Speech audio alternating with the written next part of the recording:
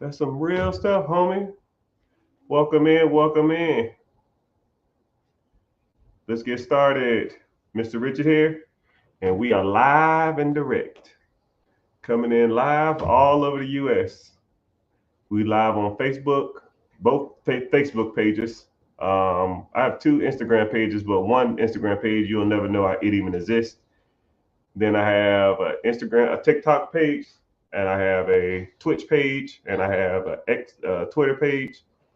The Twitter one is verified, so that's the only one I have. The Instagram one that is my predominant one is verified, and my TikTok page has 400, 500,000 followers or something like that. So if you get a message or you want to reach out to me or contact me, reach out to those specific pages. Don't be in contact with any other pages except those.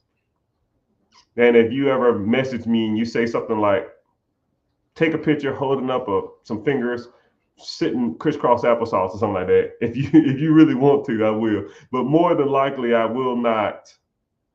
I will not message you or DM you, asking you or soliciting you for money. I just don't. I don't need to do that, and that's just not my style. So if you want to do anything, if you ever want to contact me, that's why I offer the webinars, the free webinars, and we go over different stuff, different ways to make money, different ways on how I educate.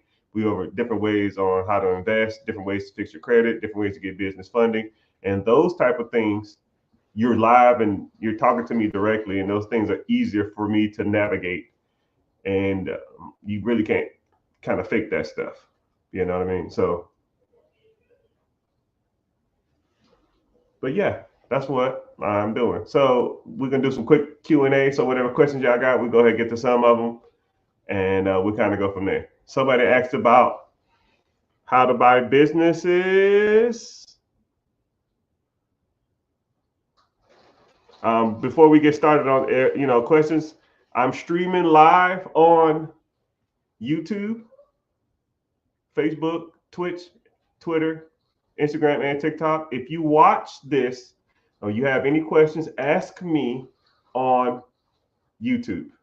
YouTube sent me a nasty letter two days ago, a nasty email saying that I need to be more engaging on there, which I don't mind. People just got to go there to watch from there.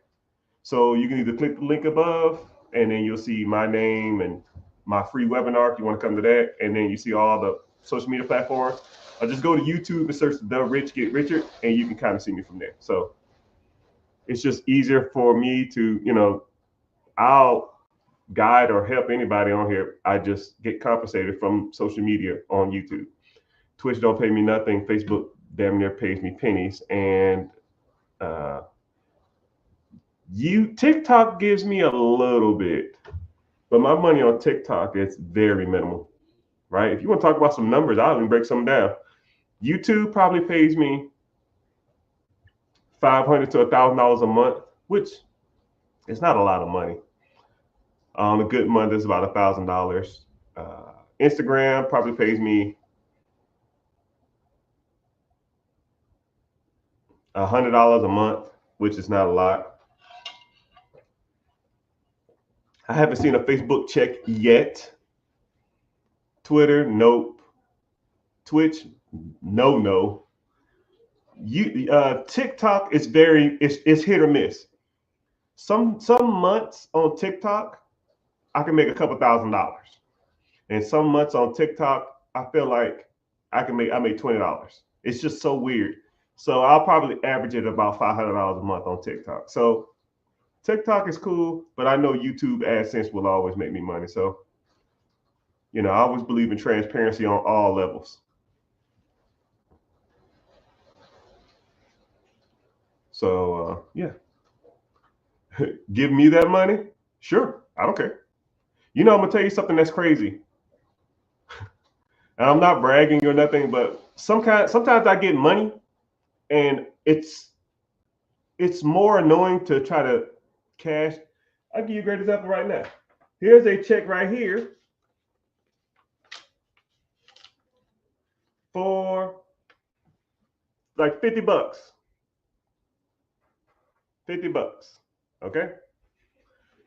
It literally has been sitting over here for 2 weeks. I guess it's not worth my time. I mean, I forget about it. It's not a lot of money to me. Now, I told you my businesses and my real estate generate six figures, sometimes seven figures a month. $50 is just not worth my time. I wish I had an assistant that just cashed $20, $30 checks, $50 checks, $100 checks.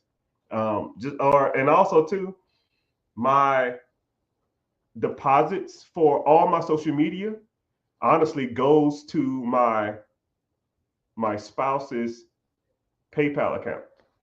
So it's not even linked to my PayPal. It's linked to her PayPal. So the money goes to her. I almost don't even see it. I don't even care about it.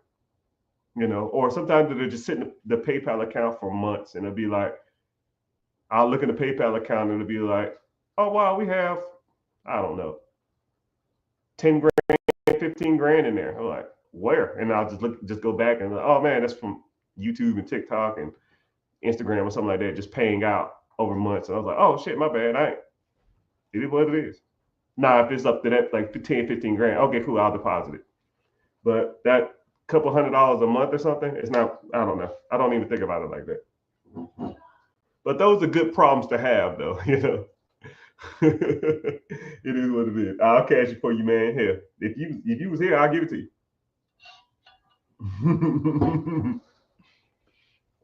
Do you recommend any cryptocurrency?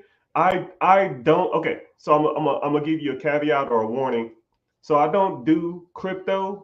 I'm gonna say I don't do crypto because there's a lot of people on these apps that say they're me, that they're selling a product based on cryptocurrency, and I will never sell you guidance or advice or some type of random cryptocurrency that doesn't make any sense. Now, I do invest in cryptocurrency, but it is very, very, very, very minimal.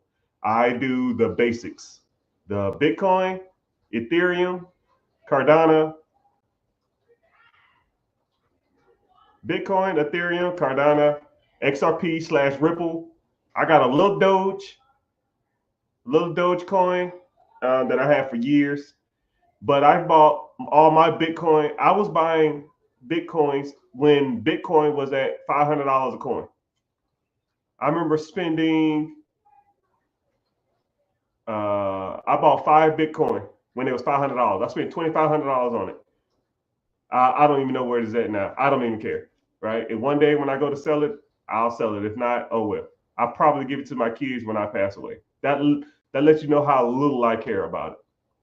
But if I was to invest in any, now invest in any kind of coin, it would probably be those three. Actually, it'd be Ethereum, XRP/Ripple, and Bitcoin. Everything else is kind of trash to me.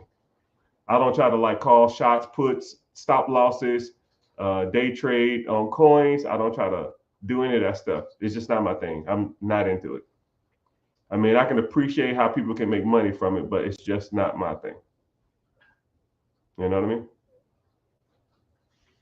But that's a good question. Someone said, what's up with the group? What's up with what group? We can't find businesses for sale. Can we find businesses for sale? I don't even know what that means.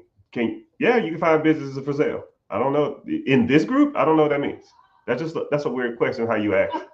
But yeah, we talk about buying businesses. We talk about acquiring or acquisitions, just a fancy word for buying something or acquiring something. Acquisition of businesses, disposition of businesses. We talk about buying and selling real estate on all levels, businesses on all levels, investing on all levels, and all that kind of stuff like that. So if you're watching from anywhere, just go to YouTube, ask the questions, and it kind of helps out my algorithm or helps me get through whatever. So I'm gonna let my dog out. I'm gonna turn my screen off for a sec, but ask your questions and give me a sec. I'll be right back because this dog will sit here and bark till his damn head fall off. He's like 90 years old and he don't know. He's senile. It's all good. Give me a sec. But yeah, I still see your questions. I still see everything you got going on. Just gotta give me a sec to where I can.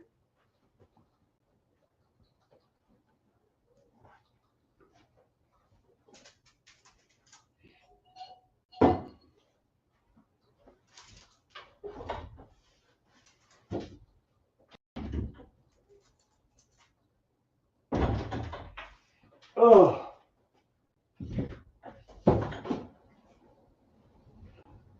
Yeah, I had this dog since we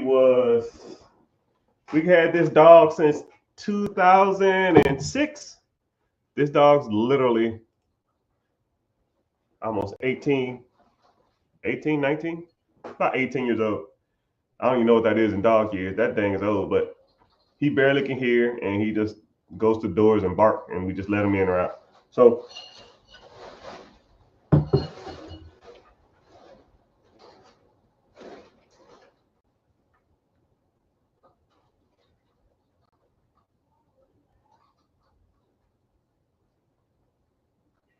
but yeah, I don't know whatever you're into. We talk about everything. We talk about businesses. We talk about real estate. We talk about business credit. We talk about business funding.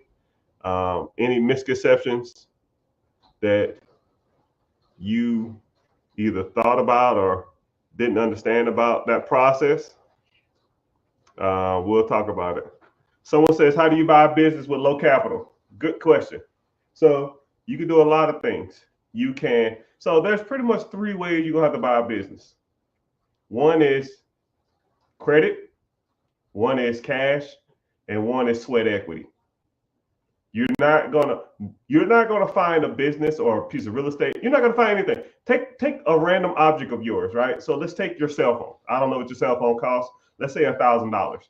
You're not gonna take your cell phone and someone walks up to you off the street. Hey, how you doing? I'm good. Can I help you? Yes. You have a cell phone for sale? Yes. It's $1,000. Okay. Can I have it or can I buy it? Sure. What are you gonna give me? It's $1,000. Either you're gonna give me some cash, either you're gonna work for it, or you got good credit to go get a loan for the phone. I mean, that's pretty much the only ways that you can pretty much get anything.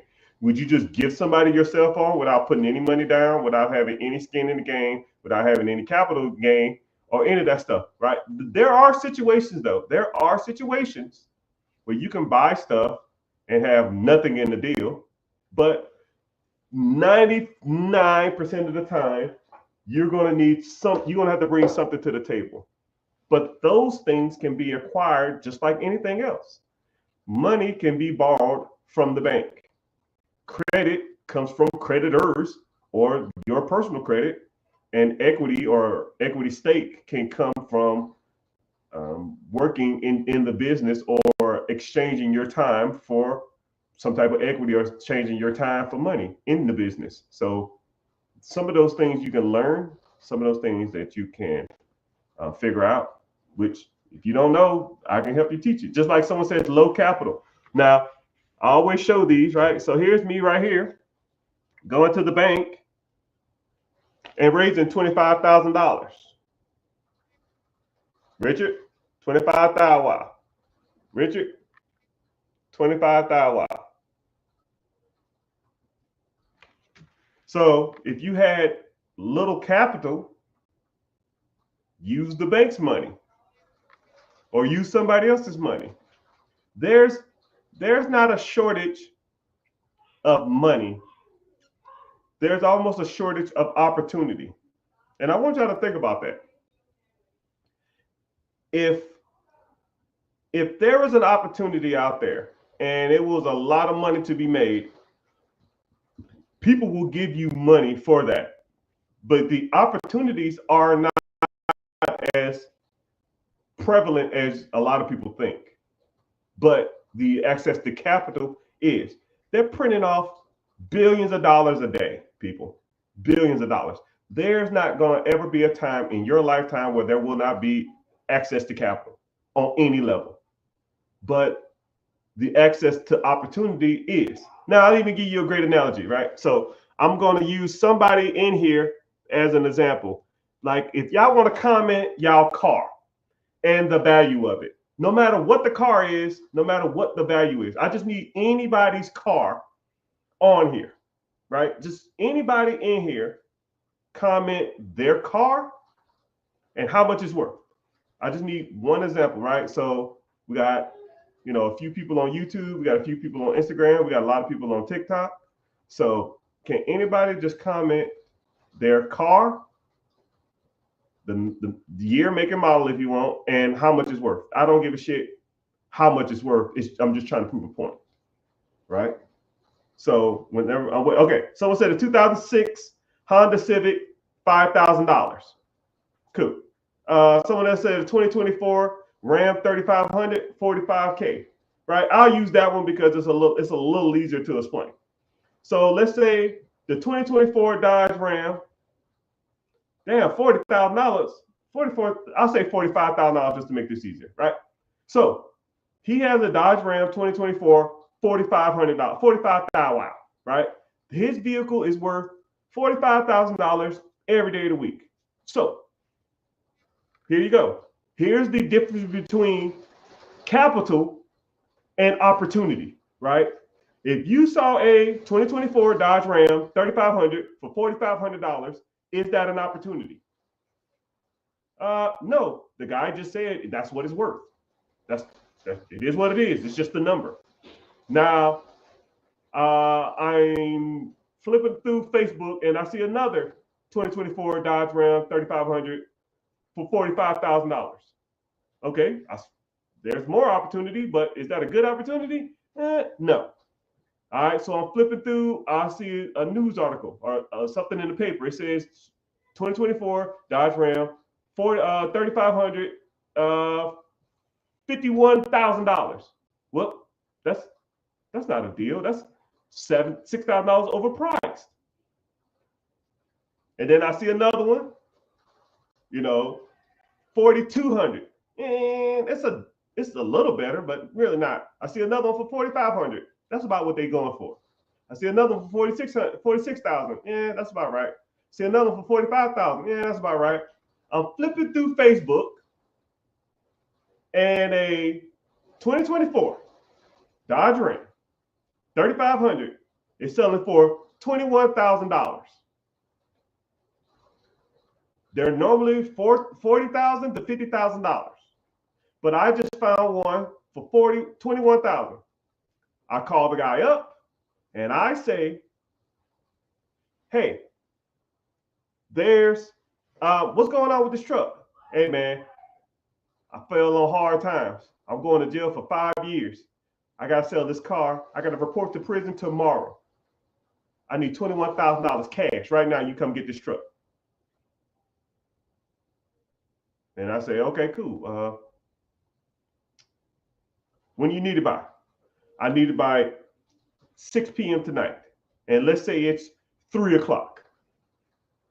You telling me, if you came to me and said, 'Yo, Mr. Richard, this guy selling a truck for $21,000 that's worth $45,000. We're gonna sell it for $30,000. I'm gonna give you $6,000 profit, and I'll take the last profit.' Would you do it?" Yeah. The moral of this story is there's rarely opportunity, but as soon as you got a deal, money will show up. You come to me with that deal and I'll finance that deal 9 times out of 9, because you need to learn how to find opportunities, right? Finding money is not hard. You find a deal, money will show up. I've had real estate deals that are worth, let's say $100,000. And I know they needed $20,000 worth of work. And I say, "Hey, you give me $60,000 cash for it, 60 grand plus the 20. You make 20 and I make 10 or 5. Man, I sell them shits. I put it online, 24 hours, them shits are gone." Because, don't look for the money. Look for opportunity. Opportunity will produce money, because a lot of people out here with money, but not a lot of people out here have opportunity. Okay. Somebody said, I like haters. I ain't gonna say you're a hater, but maybe you just don't know any better. So, Mr. Jay, what question do you have? What question you got for me?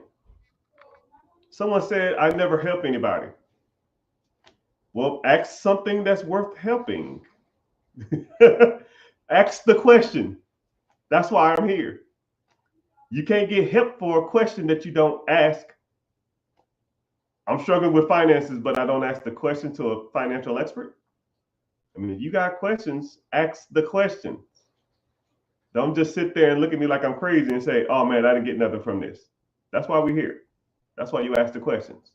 If you had accessibility to a person that got their shit together, who makes hundreds of thousands of dollars a month of income over all multiple different streams of revenue, yet whenever you meet this person, you say stuff like, you don't help me. Okay, sir, I don't know what that means. Ask a question and I'll help. Okay, cool. Somebody said, what do you look for when valuing a business before putting in your max offer? You asked that question. You asked that was like 4 different breakdowns of a question, and all of those are wrong. First of all, what the hell is a max offer? Why would you be maximizing any offer? I'm not maximizing crap. You know, I'm not giving anybody the most amount of money that I can give them. First of all. Second of all, what do you look for when evaluating a business? Okay, that's a good question. There's a lot of things.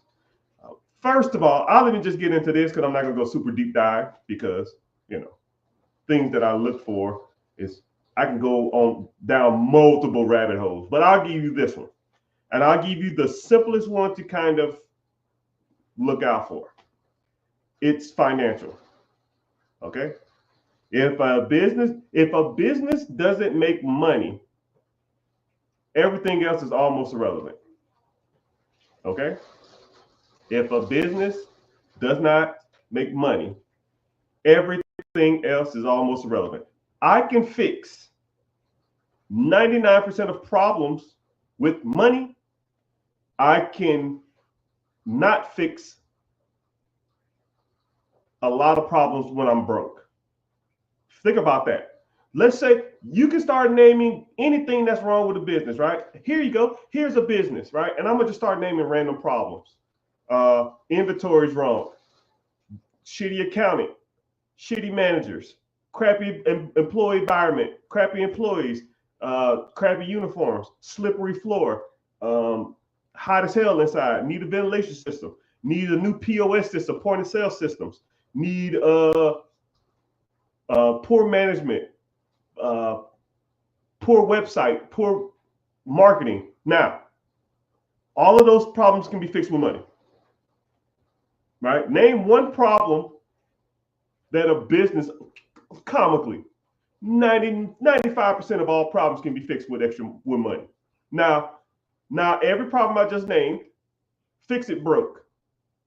You have a shitty manager, fix it broke. You don't have a point of sale systems, fix it broke. If you don't have a good accountant, fix it broke. If you don't have a good air conditioning in your building, fix it broke. If you have a dated ambiance, fix it broke. You can't. You can't renovate a building, broke. Can't fix the AC, broke. Can't get new uniforms, broke. You see what I'm saying? Once you have, focus on the money, because when the money comes in, you can take care of a lot of problems. But if it's not bringing in any money, what do you got? You just got a fucking process that doesn't do shit but get on your nerves and give you a headache. You know what I mean?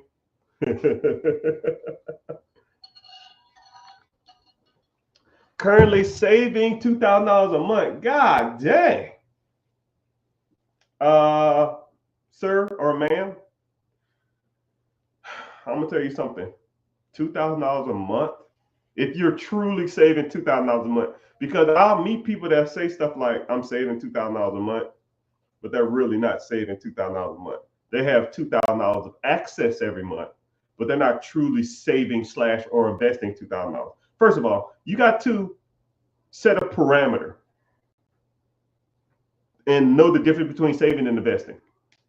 You got to know the difference between saving and investing. Are you saving or are you investing? And you have to determine a specific amount for that. It can't be, I'm saving $2,000 a month. Okay, cool. Saving for what? A rainy day? I don't even know what that means. What are you saving for? An emergency? right? Now, here's a line of credit for $30,000. A line of credit for $30,000. My line of credit for $30,000 can almost fix 99% of any emergency. So why the hell am I even saving up money? Why are you saving? You should be investing. So now you can have a pot for, I guess, an emergency day, like the brakes go out, which you can put on the credit card. If I have car issues, I can put on a credit card. I need to take a family vacation, or I need to take a family trip. That's an emergency. I can put that on a credit card. But if you wanted that pot, which I don't know why people have them, just say if you do have it, that's cool, right? Set an amount, and then let's say $1,000, $1,500, something like that. Leave it there and just kind of go from there. And then after that, everything needs to be starting investing. And I need a specific amount.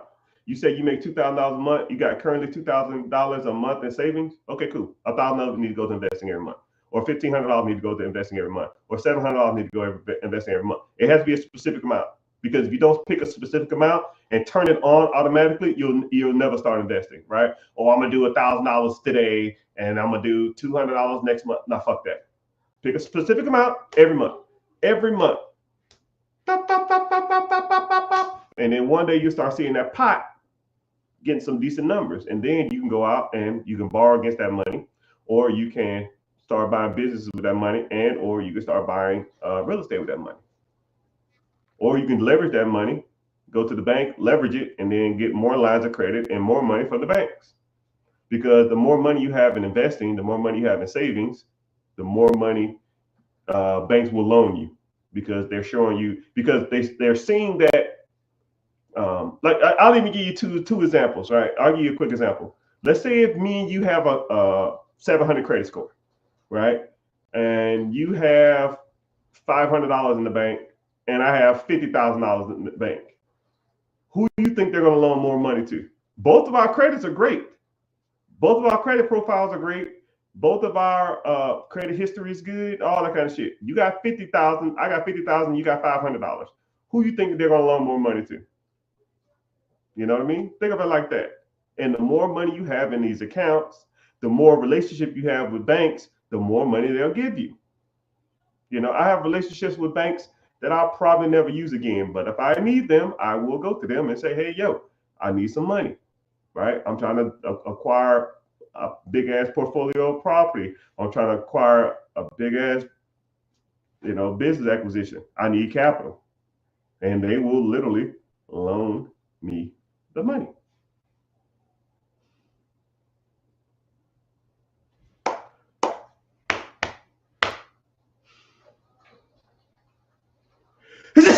There you go. Woo. Someone said, I got $20,000 now. What do I do? Brother or ma'am or sir or ma'am, you got a lot of options. One, is it accessible cash, or is it in investments? I would start converting over to investments, and then I would also start working on my business credit, and then I would start working on my personal credit, getting my personal credit good, and then I would also start getting into getting relationships with banks, and or start a good side hustle, and or start looking at buying a couple rental properties, because you'd be surprised of how many properties you can buy with $20,000 down. You probably get into 2, maybe 3 properties that's going to be producing you somewhere in the range of $400 at a minimum, to probably close to $800 to $1,000 a month maximum, if you do it right. And a lot of people always say, yo, Mr. Richard, there ain't no money out here. There ain't no bullshit. Bull stool. You think that other people or people like me are out here finding deals every day and making money all day long, and not, in any economy, and I don't care who's in office, I don't care what the politics is. I don't care what the interest rates is. I don't care what the Fed says. I don't care about the Dow Jones average. I don't give a damn about none of it. To me, it makes no difference. I don't care about none of that stuff. And once you get to a level of success and making money in any market, because I've seen presidents come and go, I've seen the stock market go up and down, I've seen pandemics, I've seen recessions, I've seen all of this stuff, and everything is all the same. It's either up or down. What you gonna do today? That's pretty much it. Oh man, we're supposed to be in a recession. Cool. What are you gonna do today? What are you gonna do right now? If the deal makes you money right now, do the deal. It's about as simple as it gets. You know, what if the interest rates are high? Cool. Does the deal make you money? But the interest rate, but bro, you say interest rate one more time, we're gonna fight. Does the deal make you money? If the deal doesn't make you money, don't do it. If the deal makes you money, then do it. I don't care about an interest rate. I don't care about points, PMI. I don't care about mortgage insurance. I don't care about uh, uh, any of that crap. How many points? How much debt to income rate? I don't care about none of that. A lot of people focus on the wrong stuff. Y'all devote y'all time, effort, and energy on looking at shit that doesn't bring you in any money. I will see people literally. I will be strolling on social media, and I will see lives on social media that I have 500 people in it arguing over who's better, LeBron James or Michael Jordan. 500 grown ass motherfuckers arguing, full on arguing, have bullet points, damn near red in the face, damn near screaming over what basketball player is the GOAT, even though LeBron James is. And then they will get up there, feel like they proved the point, go to bed, wake up, and go to work tomorrow. What fucking kind of sense does that make? I'm not going to sit here and argue about who's the best president, or who would be the best president, or who is the best president. I don't give a damn about pop culture. I don't give a damn about any of that stuff. I'm not going to be sitting online trying to argue with somebody over a point that doesn't bring me any money. And the bad part about it is I don't even want to argue with people over a point that does bring me money. It don't make me no difference.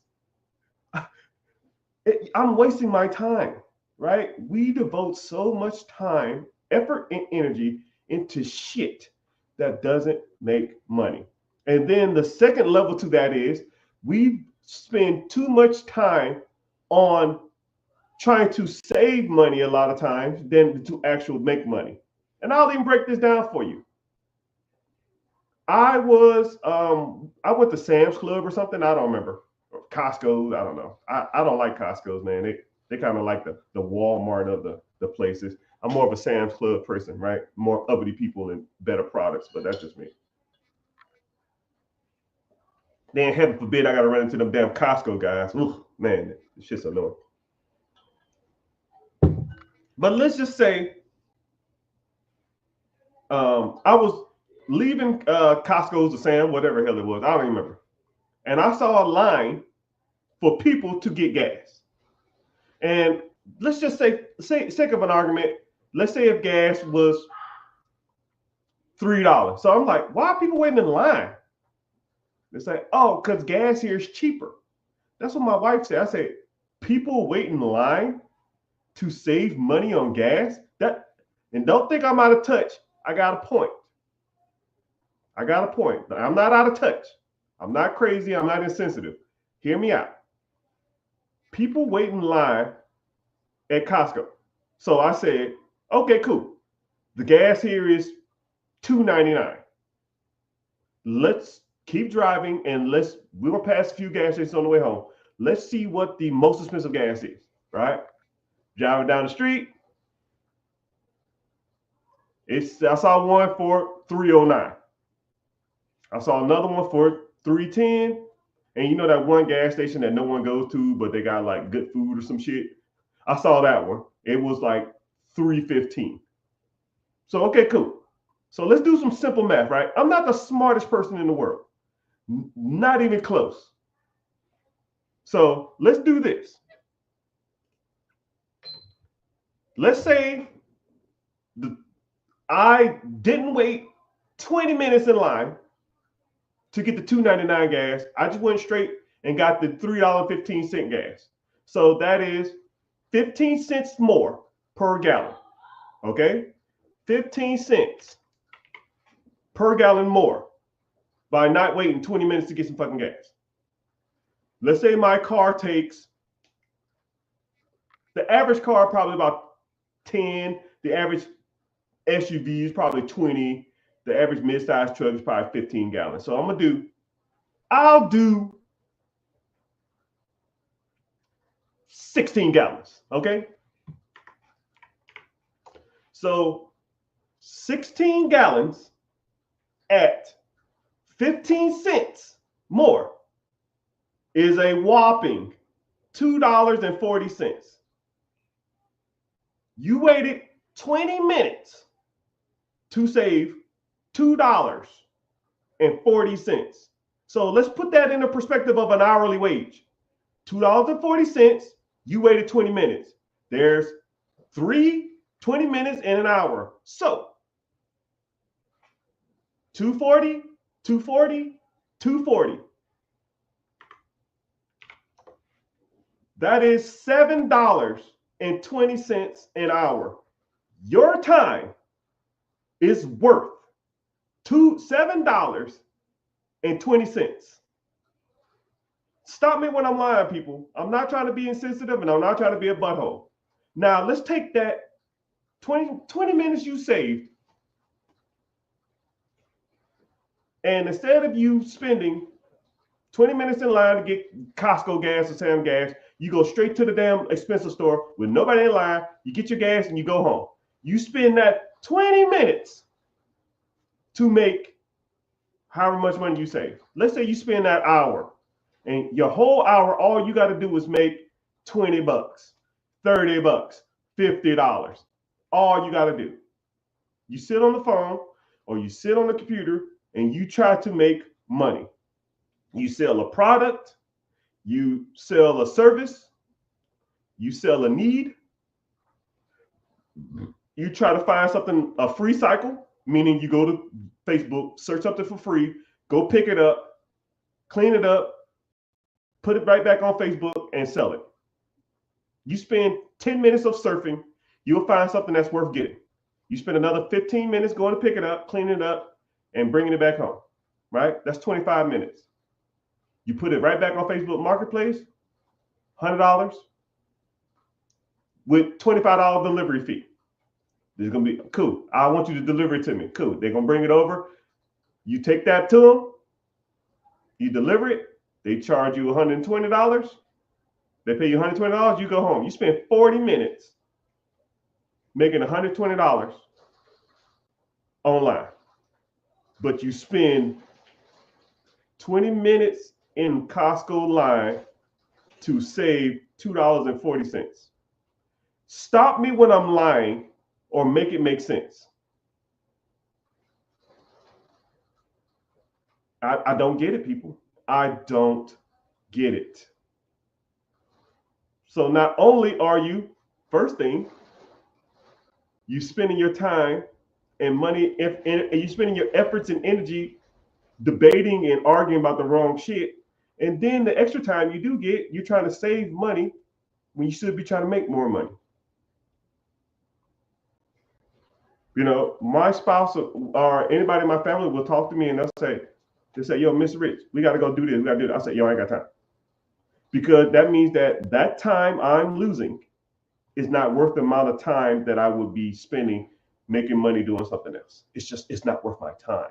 And when y'all say, man, that's not worth my time, it's literally $7.25 because I see y'all in line every day at Costco's and Sam's. And I'm not trying to belittle y'all. I'm just trying to get y'all to look at bigger pictures of stuff because People like me, when I see lines at Costco or I see lines at Sam's Club to save 10 cents on gas, y'all are wasting y'all fucking time. Y'all are wasting y'all time. And y'all think y'all saving money? Y'all ain't saving money. Y'all wasting time. Time is your commodity, people, not the $2.50 you're saving. And if you want to debate me, bring it on. You will not win that argument. You will not win. You will not win. How saving $2.50 at the gas station will ultimately benefit the great big picture of your life. You know, or even, I'll even debate, you can even cut coupon. Hey, yo, I saved this amount of money. I drove, I'll give you another good example. I'll meet people that will spend all day trying to get the best deal on a TV or something. Let's say there's a TV for sale, like a Black Friday sale or something. Let's say you want a 90-inch Sony, and you go to 4 different stores. The 90-inch Sony is normally $1,700, but you want to find it for $1,500, so $200. You'll spend, 8 hours going to 5 different stores just to save $200. When you could have just bought the first one you saw and then spent 8 hours making more money. It's nasty out here, people. It's nasty. It's just a different mindset.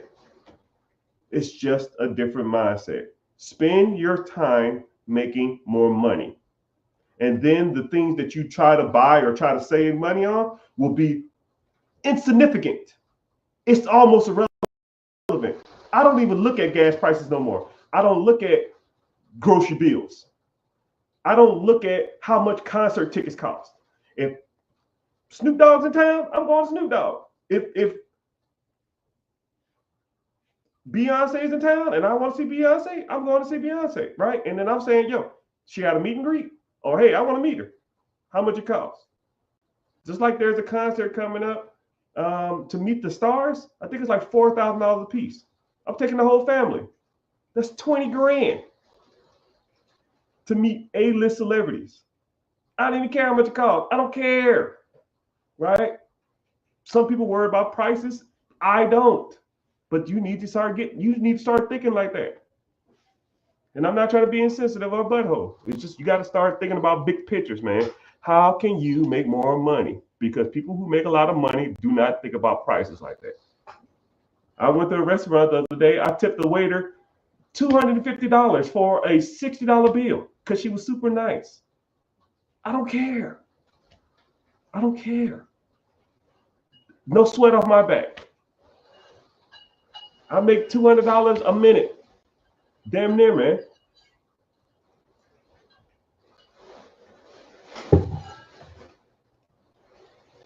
I'm gonna look up how much I make. I've always wanted to know. I'll say an average month divided by 4 weeks divided by 40-hour week. Sheesh. What's a minute? What's a minute? What's a minute? I get about $35 a minute. You do the math on it. If I work 40 hours a week, I make $35 a minute. But it's all good. But I hate talking about myself, man. It's kind of annoying. So what questions y'all got for me, man? I'm trying to motivate y'all and give y'all, but sometimes it come off as insensitive, and I don't like doing that shit. I'm almost a people's person, but sometimes I gotta tell people, man, there's other side of thinking about this stuff, man. You can't look at it from you got to look at it differently. There's no checkers here, man. I'm not 1 move ahead. I'm 10 moves ahead. And once you start doing this on a high level, it's different. It's real different. Man, I'm ashy. Hold on, I'm gonna get some questions. Preguntas, questions. But welcome in. I see people popping in. I'm streaming on all social media platforms: Facebook, YouTube, TikTok, Instagram, Twitter, or X, whatever you want to call it. If you want to know more about business credit, business funding, if you want to know about net 30s, trade lines, all right. One thing that I like to focus on is I call it the pillars. For those who are newer here and don't know anything about it, I kind of break it down for you. I'm in the process of writing a book, which I don't know when it's going to be released, but hey, it is what it is. And I break down what's called the four pillars because once you understand the four pillars, you can almost break down everything finances because everything relates, everything can be put into one of these boxes. Credit, business funding, personal credit, trade lines, net 30s, net 60s. Then you have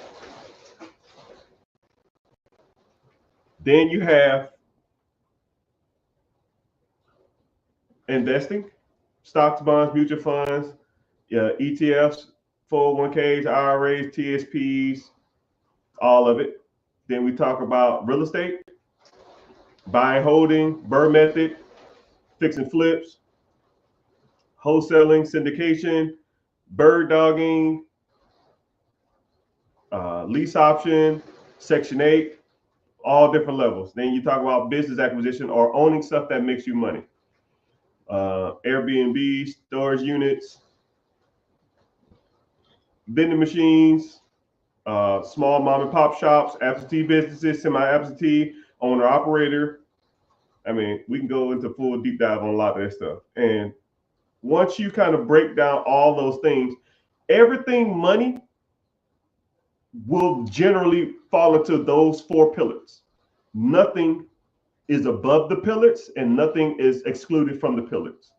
Once you understand that and master all four of these, your financial dreams and your financial future is going to be unlimited because all things will be in those four things, right? You want to talk about sales?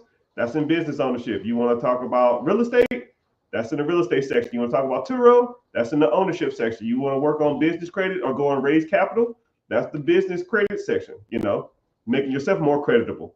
You want to talk about investing. Okay, cryptocurrency, that's in the, investment section. And how can we learn? I have a free webinar coming up. Click the link in the bio or just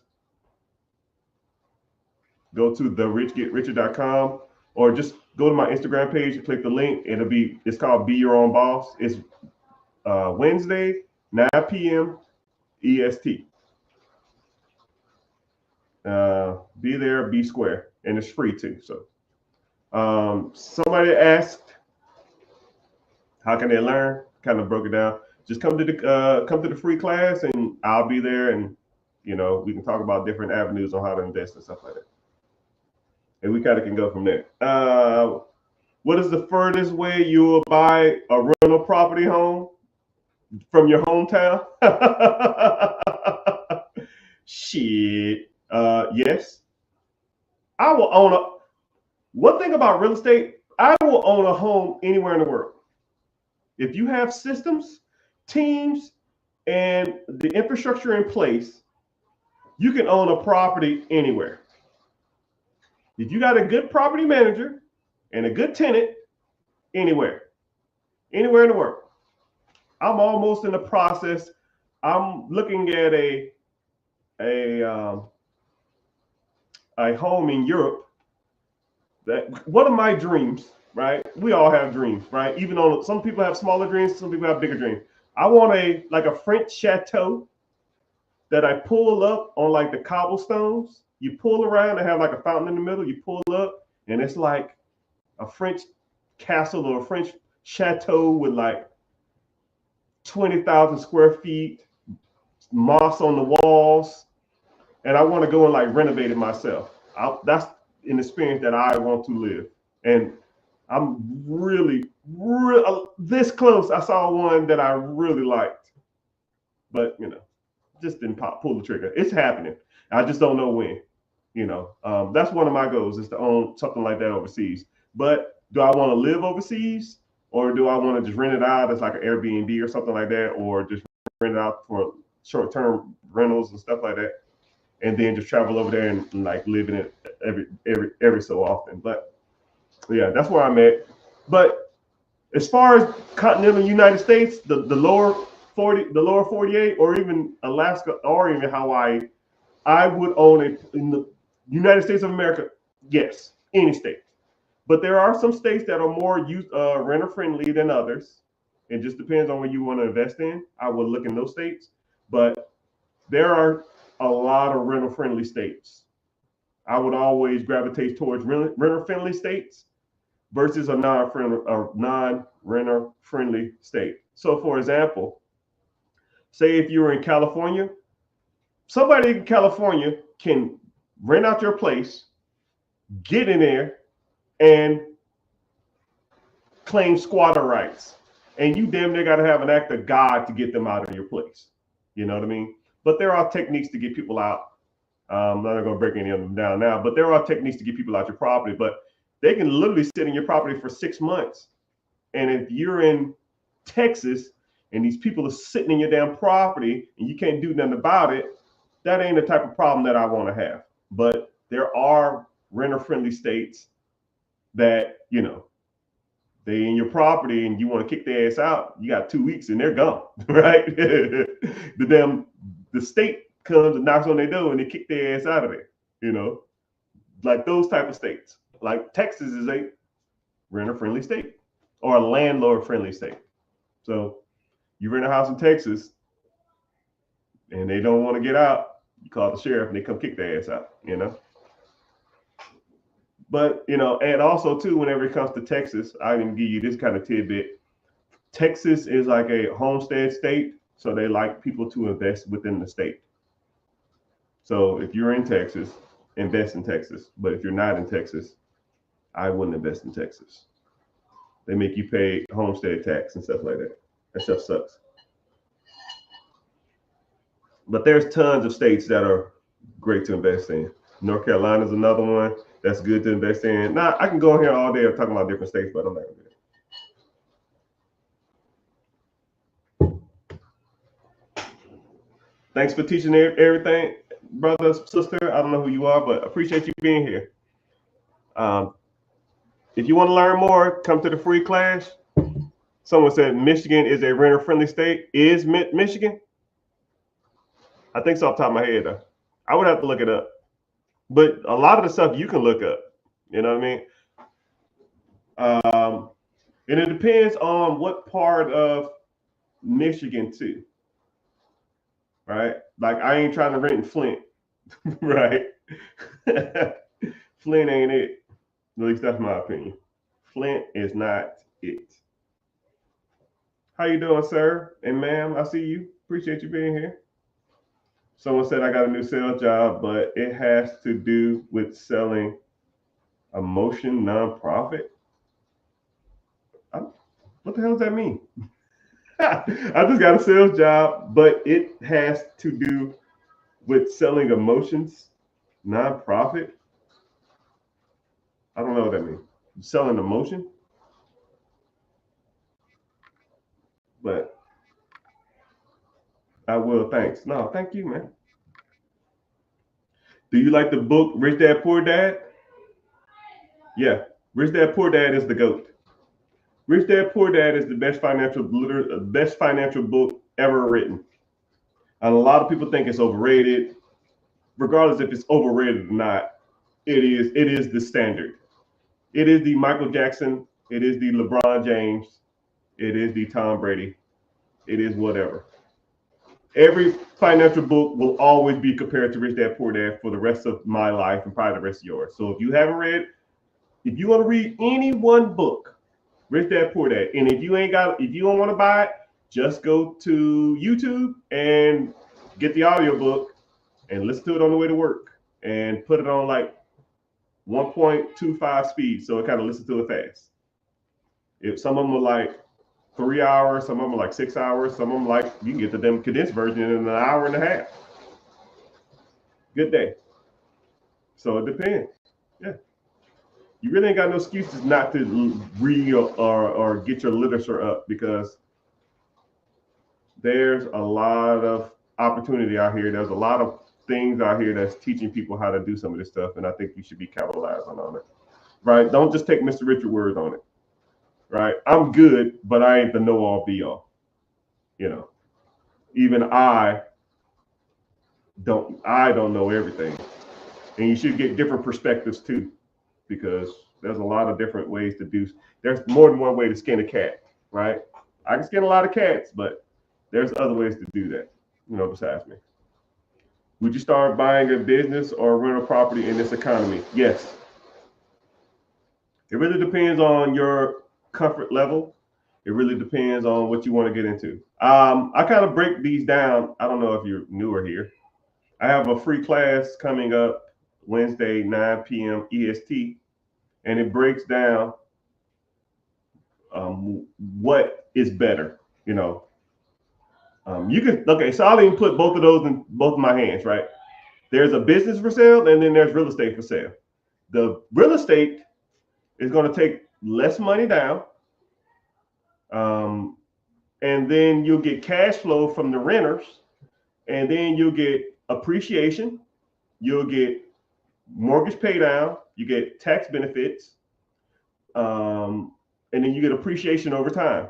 Because you buy a house for 100, in 15 years, it's going to be worth 175. But a business, you buy it, it's probably gonna be more money down.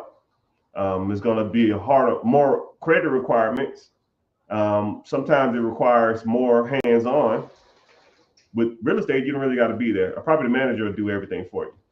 With real estate, with owning a business, the owner or the manager does a lot of the work, but they do come to you for like guidance and assistance and stuff like that. A rental property, they come to you every once in a while, but for the most part, I rarely, if ever, get any messages from a property manager. I just tell them, if the bill is not over $500, don't waste my time. All right. If something comes up that costs more than $500, then let me know, and let me know in an email just so I can authorize it. Now, if it's something like 5 digit, okay, cool. We'll sit down and figure this shit out. But for the most part, I don't care. But yeah, you buy a business, more cash injection, then it's gonna be more down payment. It's going to be less of a percentage, but you actually get more of a business. And you make more cash flow in a business than you do on a rental property, but the business is going to pretty much be worth what you paid for it. Your business is pretty much going to be worth what you paid for it whenever you get ready to sell it. And you get tax benefits, but not like real estate. You can almost write off all your expenses in real estate and taxes. You're not going to write you can write all your business off but it lowers the value of the business though. So it's kind of like what do you want to do? Do you want cash flow or do you want equity and growth? So cash flow comes from businesses, equity and growth comes from real estate. Equity, cash flow, and growth, and tax appreciation or tax benefits on the real estate side.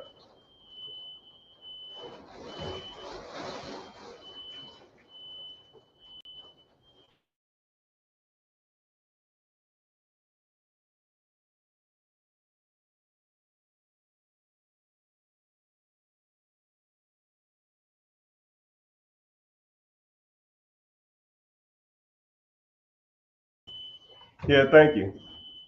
Yeah, my damn smoke alarm going off. My daughter was cooking something. I don't know what the heck they do. I don't know if y'all can hear that, but can y'all hear that? Am I tripping?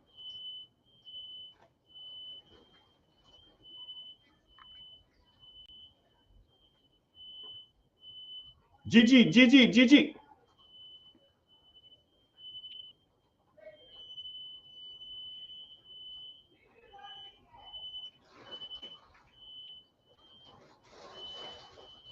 Hold on.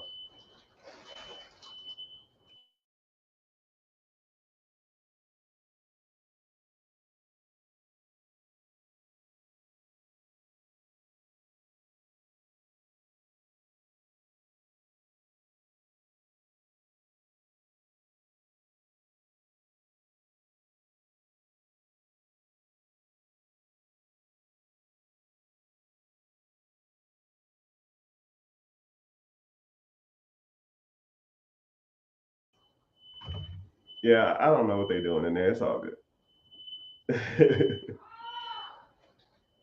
But I'll see what they're doing and go in there and figure it out. But it's all good. Let me see who all's in here. Twitter in the house, YouTube's in the house, and um,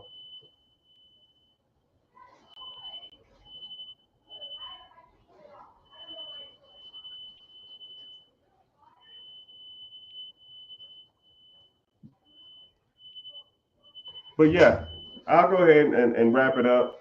If you're following anywhere, make sure you go to YouTube and start watching from there. Like I said before, I have a free class that comes up, a free mastermind class that's Wednesday, 9 p.m. EST. And if you want to come learn more, come through and work on, come there and hang out and learn more about the different processes. And then we can kind of go from there. But yeah, hope you found value in some of this stuff. Hope you continue to learn and continue to grow throughout your daily travels. And I'm rooting for y'all. Let's get this money.